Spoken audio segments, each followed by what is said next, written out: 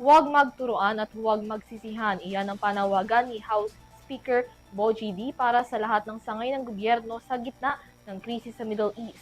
Aniya, mas kinakailangan ng bansa at ng mga mamamayang Pilipino ang suporta at pagtutulungan ng buong pamahalaan lalo na sa ganitong panahon. Kaugnay nito, nakatakdang magsagawa ng joint committee hearings ang Kongreso at mga nasa ehekutibong sangay upang gumawa ng mga batas na direktang tutugon at magbibigay ng solusyon sa mga similar na krisis.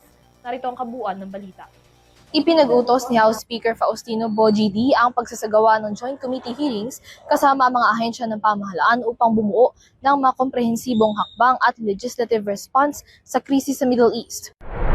Bukod sa House leaders, inaasahang present din sa mga magiging pagdinig ang key executive agencies para pag-usapan ang mga batas na tutugon sa krisis, hindi lang ngayon kundi sa loob ng mas mahabang panahon. Ayon kay D, hindi ito ang panahon para magturuan kundi para magtulungan ang lahat ng sangay ng pamahalaan tungo sa pagbibigay ng agarang relief, economic stability at long-term resilience. Kabilang sa mga komiteng dadalo sa mga pagdinig ang Committee on Energy, Agriculture, Aquaculture and Fisheries, Foreign Affairs, Ways and Means, Labor and Employment, Transportation, Information and Communications Technology, Economic Affairs at Social Services.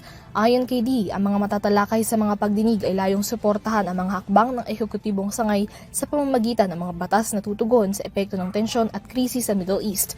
Aniya, mahalagang handa ang bansa at may solusyon sa anumang hamong kakaharapin sa kasalukuyan at sa hinaharap. Pagsisimula ang pagdinig sa session break pagkatapos ng Holy Week.